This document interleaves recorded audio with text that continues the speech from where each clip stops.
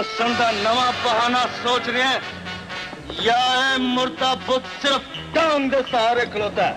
घोड़े तो थले ते आ सोनिया, तेनू ते पहले ही छड़ देण दा हुण तक दुख है। मेरा दिल कहंदा है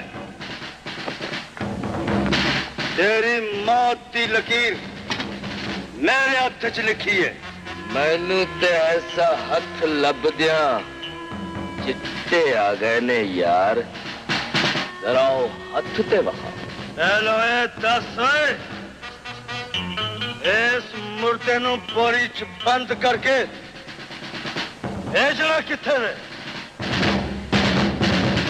मैदान कल्ला नाल नहीं, काटे ला के जितने जांदे ने सोनिया।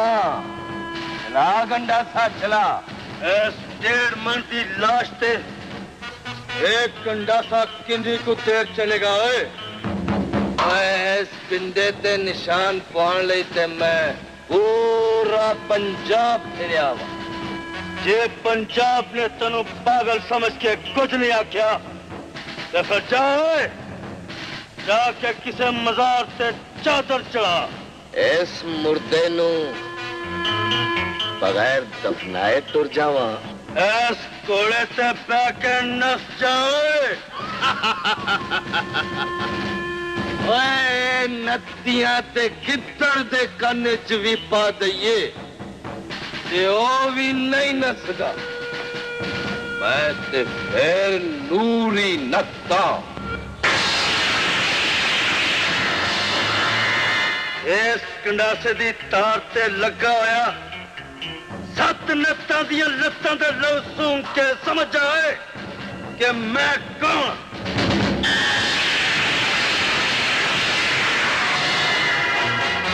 अच्छा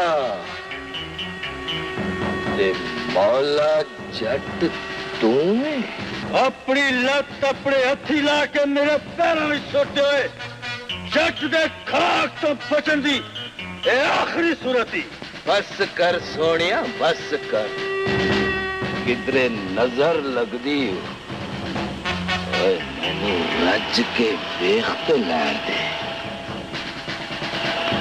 वाह रब्बा, लत्ता भी दो ने, हथ भी दो, सिर भी एक।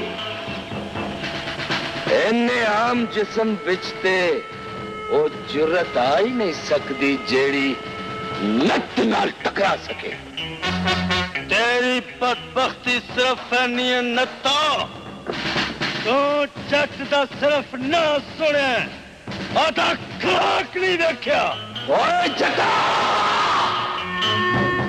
इन्नू चीर के वेख होए, तेनू पता लगे तेरा किस भरा नाल वापिया है। कुआड़ी स्थिति कर जट दा गंडासा तेरी हिक ते बच्चा ते तेनू अपना हथियार याद आ नहीं। ओ जबान कट के मेरी तली ते रख दे होए, जिन्ने बड़ी पंचायत च मेरी पैर दा ना लिता सी। ओए सथ नल तू अपनी पैर नू ढोली च पाना नत्ता ते तुझे हथ नल तू मैनू अपनी लत देनी है। ओए जटा,